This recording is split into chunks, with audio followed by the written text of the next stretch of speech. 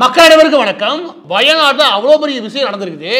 நரேந்திர மோடி பிரதமர் நரேந்திர மோடி வந்து பார்க்கவே இல்லை. இப்படி ஒரு பிரச்சனை கிளப்பி விட்டுருக்கானுங்க தமிழ்நாட்டில். இவங்களுக்கு வேற வேலையே கிடையாது. எந்த இடத்துலையும் அரசியல் பிழைப்பு தேடுற ஒரு கேவலமான ஒரு கும்பல் இந்த கும்பல் தான்.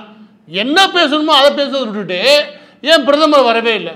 இதே மாதிரியான நிகழ்வு ஹிமாச்சல பிரதேசிலையும் உத்தரகாண்டிலும் நடந்திருக்கு. இதே தேதிகளில் 2 நாளைக்கு முன்னாடி வயநாடு என்ன நடந்துச்சோ அதே தான் ஹிமாச்சல பிரதேசிலையும் உத்தரகாண்டில் நடந்துச்சு.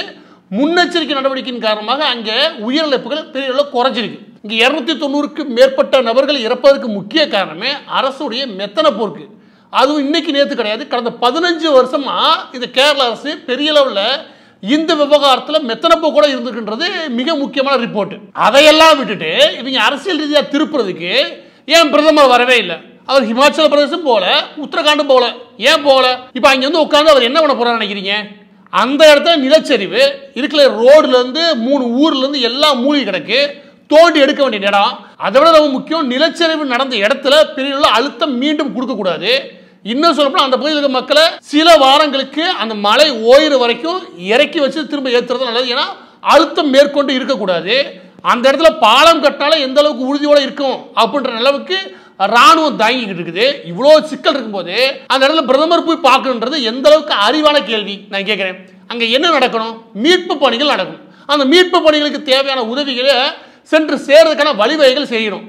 இதையெல்லாம் விட்டுட்டுவீங்க நேரம் பிரதமர் போயிட்டாங்க உடனே இருக்கிறதுக்கு. உண்மையிலே வயநாடு விவகாரத்தில் என்ன பேச வேண்டியது அவசியம். இதை நிறைய செய்தி ஊடகங்கள் பேச மறுக்கின்றன. தமிழகத்தில் இவ்வளவு பேர் இறந்து போனாங்க, எப்படி இறந்து போனாங்க, திடீர்னு இவ்வளவு பேர் காணாம போயிட்டாங்க, அவங்க வீட்டில் என்ன நடந்துச்சு தெரியுமா, இவங்க வீட்டில் என்ன நடந்துச்சு தெரியுமா, இதையெல்லாம் பரப்பி சென்சிட்டிவா அது எமோஷனலா மக்களிடையே செய்தியை பரப்புறதுக்கு தான் இங்க முயற்சி நடக்குதே ஒழிய அதை வச்சு வியூஸ் அதிகப்படுத்தலாம்ன்ற முயற்சி நடக்குதே ஒழிய எதனால அந்த சம்பவம் நடந்துச்சு, அதற்கு முன்பு 1990களில் இதே வயநாடு பகுதியில் நடந்த சம்பவம் எப்படியான படிப்பனைகள் கொடுத்தது, அதை அங்கே இருக்கக்கூடிய லோக்கல் நிர்வாகம் எதனால சரியா கவனிக்கல, இதற்கு முன்பு அந்த இடத்துல எந்த மாதிரியான எச்சரிக்கைகள் நடந்துச்சு, இந்த எச்சரிக்கைகள் தமிழ்நாட்டில் எந்தெந்த பகுதிகளில் இருக்கு, இதுக்கு முன்னெச்சரிக்கை நடவடிக்கையாக ஒரு அரசாங்கம் என்ன செய்யணும். இது எவனா ஒருத்தன் மனசாட்சி தொட்டு சொல்லுங்க, எவனா ஒருத்தன் பேசுறானா நீ கவனிச்சீங்கன்னா அதிகப்படியா இந்த மலைகளை ஆக்கிரமிச்சதான் காரணம் முடிச்சிருப்பாங்க. உண்மையிலே இந்த விவகாரத்தில் எங்கிருந்து பேச ஆரம்பிச்சிருக்கணும் அப்படின்னா மாதவ் தனஞ்சயா. இவங்க 2011 மாதவ் தனஞ்சயா யாருன்னா ஐஏஎம் மாதிரி ஐஏஎஸ் ஒன்று இருக்கும், அதாவது இந்தியன் இன்ஸ்டியூட் ஆஃப் சயின்ஸ் பெங்களூர்ல இருக்குது, அதனுடைய ஹச்ஓடி.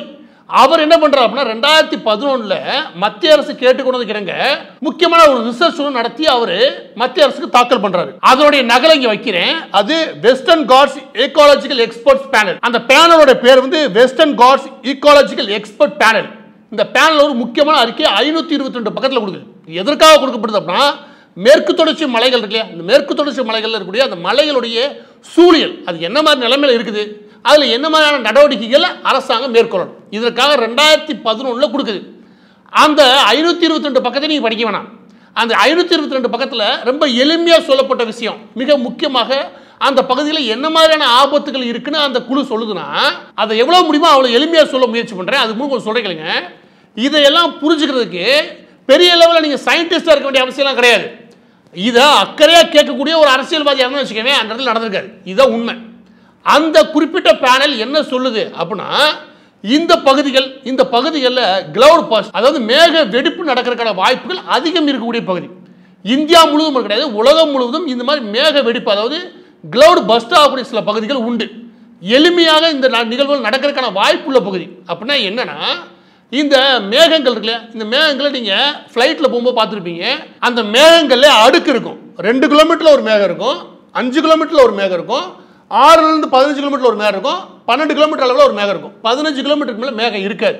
நீங்கள் நல்லா கவனிச்சீங்கன்னா ஃப்ளைட் மேலே போயிடும். ஒட்டுமொத்தமாக அந்த மேகங்களுக்கு மேலே பறக்கும். இந்த மேகங்களில் 2 கிலோமீட்டரில் 3 கிலோமீட்டர் அளவு கூடியது நிம்பஸ்ன்றோம், 4லேருந்து 7 கிலோமீட்டர் அளவில் இருக்கக்கூடிய மேகங்கள் எல்லாமே குமுலஸ்ன்றோம். இதெல்லாம் டெக்னிக்கல் டைம், அதை விட்டுருங்க. 2 கிலோமீட்டர்லேருந்து 3 கிலோமீட்டருக்குள்ள ஒரு மேகங்கள் இருக்குது. இதெல்லாம் நீங்கள் பார்க்கணும் வச்சுக்கோங்க. நல்லா கருப்பு மேகங்களாக இருக்கும். நல்லா மேகம் இறங்கிருச்சுன்னா நம்ம ஊரில் சொல்லுவாங்க, மேகம் இறங்கிருச்சுன்னா மழை வரப்போகுது இடியோட அப்படின்னு சொல்ல முடியாது. அதெல்லாம் கரு மேகங்களாக இருக்கும். இதெல்லாம் நிம்பஸ். இதெல்லாம் ஒரு வகைன்னு வச்சுக்கோங்க. மேலே வெள்ளை வெள்ளையே நம்ம எப்பவுமே பார்க்குறோம் இல்லையா, இது எல்லாம் ஒரு வகை. இது எல்லாமே 5லேருந்து 7 கிலோமீட்டருக்கு மேலே இருக்குது. சரியா? இந்த மேகங்கள் எப்போதுமே இருக்குன்னு. இந்த மேகங்கள் எல்லாம் எப்படி உருவாகுதுன்னு நம்ம ஊர்ல 6ஆம் கிளாஸ் பையன் கூட்டுக்கிறேன்னு வச்சுக்கவேன், அவனே சொல்லிடுவேன். அந்த பகுதியில் மிக முக்கியமான குணம், வெப்பத்துடைய மிக முக்கியமான குணம் என்னன்னா குளிரான பகுதியை நோக்கி பாயும். இதுதான் பொதுவான குணம். இது தெர்மோடைனமிக்ஸுடைய 2வது லா. இதையெல்லாம் சொல்லணும் அவசியம் கிடையாது.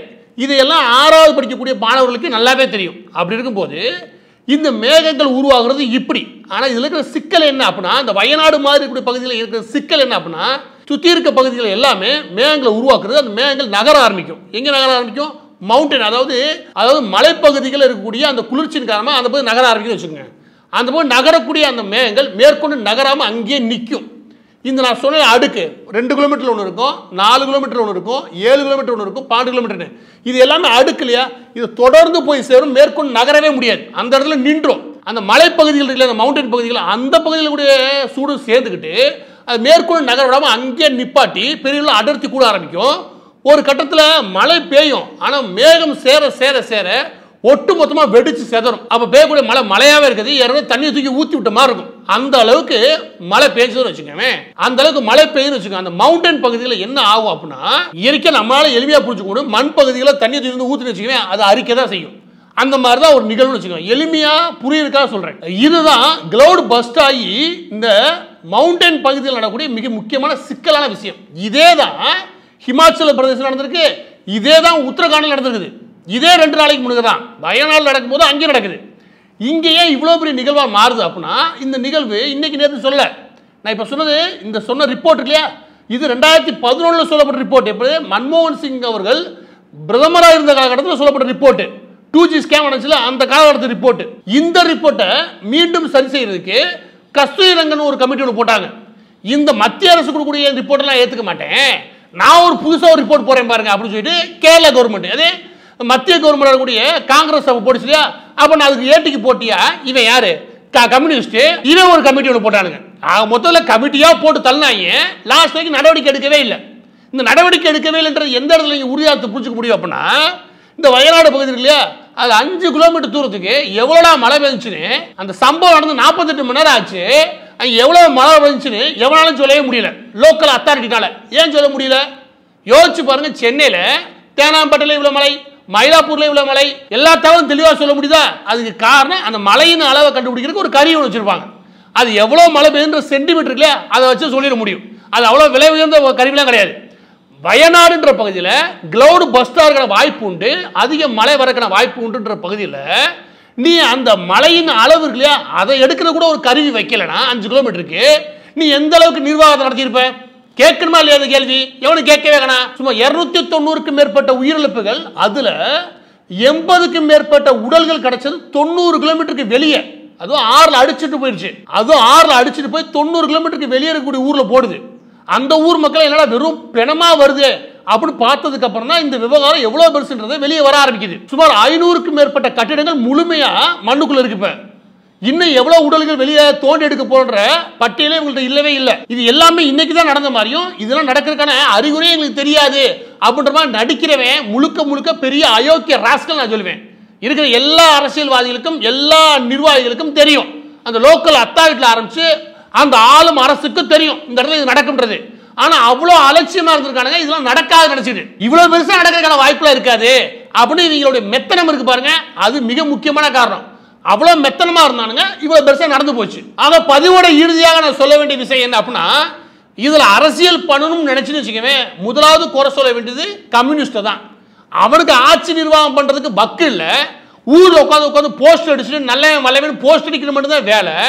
கம்யூனிஸ்ட் பெரிய யோக்கியம் அப்படின்னு பிரச்சாரம் பண்றதுல தான் ஆர்வருக்கான ஒளிய, ஒரு சயின்டிபிக்கலா கொடுக்கக்கூடிய ஒரு பேனலுடைய அறிக்கை என்ன, அந்த அறிக்கையை எடுத்து அதுல குறைஞ்சபட்ச நடவடிக்கை ஏதாவது மேற்கொள்வோமா அப்படின்ற அக்கறை இருந்துச்சா 15 வருஷமா இந்த அறிக்கையை தூக்கினு கிடப்பில் போடுவியா? கிடப்பில் போட்டது மட்டும் இல்லாம அதிகப்படியான மழை வரக்கான வாய்ப்புகள் உண்டுன்னு மத்திய அரசு 2 நாளைக்கு முன்னாடி எச்சரிக்கை கொடுத்தோம், நீ போதிய நடவடிக்கை எடுக்கல, நீ எவ்வளவு பெரிய முட்டாளு? அதை விட மிக முக்கியமான கேள்வி என்ன அப்படின்னா, அந்த பகுதியில் கிளவுட் பஸ்டட் ஆகிறதுக்கான வாய்ப்புகள் உண்டு, மேக வெடிப்பு நடக்க வாய்ப்பு உண்டுனா அந்த மவுண்டன் பகுதியில் மலைகள் சரியறதுக்கான வாய்ப்புகளும் உண்டு அப்படின்ற அறிவு குறைஞ்சபட்சம் அந்த லோக்கல் அத்தாரிட்டி வேணாம். அங்கே இருக்கக்கூடிய டிசாஸ்டர் மேனேஜ்மெண்ட், அதாவது மாநில அரசுக்கு கீழே இருக்கக்கூடிய பேரிடர் மீட்பு குழுக்கு இருக்கணுமா வேணாமா? இப்படி எதையுமே செய்யாத ஒரு கம்யூனிஸ்ட் அரசாங்கம் இப்படி எதையும் செய்யாத ஒரு கம்யூனிஸ்ட் அரசாங்கம் சும்மா உட்கார்ந்துருப்பானா அவனை என்னன்னு கேள்வி கேட்கறதுக்கு துப்பு இல்லாதவங்க இங்க நிர்வாக ரீதியாக இவ்வளவு மிஸ்டேக் நடந்திருக்கு, அதை பத்தி கேட்காததுக்கு பக்கு இல்லாதவெல்லாம் நேரா இங்க போயிட்டாங்க. பிரதமர் ஏன் வரல? பிரதமர் எப்படி அங்க வர முடியும்? அங்க என்ன நிலவரம் தெரியுமா? அங்க நிலவரம் என்ன தெரியுமா? ராணுவமே போக முடியாம ஒரே நாள் ஒரு பாலத்தை அமைச்சு எப்படியோ மக்களை காப்பாற்றுறதுக்கு போடி இருக்காங்க. அங்கேயே பிரதமர் போலன்னு. அதே மாதிரி நடந்த ஹிமாச்சல பிரதேசத்துக்கு உத்தரகாண்டுக்கு போகாதப்ப உனக்கு அறிவு வேணாம். அப்போ நீ பண்றது அரசியல். அந்த அரசியல் நேர்மையா பண்றேன்னா கம்யூனிஸ்ட் பேசணும். அப்போ உனக்கு மக்கள் மீது அக்கறை கிடையாது. இந்த மாதிரி பேசுறதுக்கு மக்கள் மீது அக்கறை கிடையாது. நடந்த சம்பவத்தில் எந்த வருத்தமும் கிடையாது. ஆனா இதை வச்சு எப்படி ஒரு வெறுப்பு பிரச்சாரம் பண்ணலாம்? அது நரேந்திர மோடிக்கு எதிராக ஒரு வெறுப்பு பிரச்சாரத்தை இப்ப பண்ணுவோம். நல்லா பண்ண முடியும். இவ்வளவு பேர் செத்துருக்காங்களே, இது ஒரு லாபகரமா யோசிப்போம். இப்படி யோசிச்சேன்னா நீ மனுஷனே கிடையாது நான் சொல்றேன்.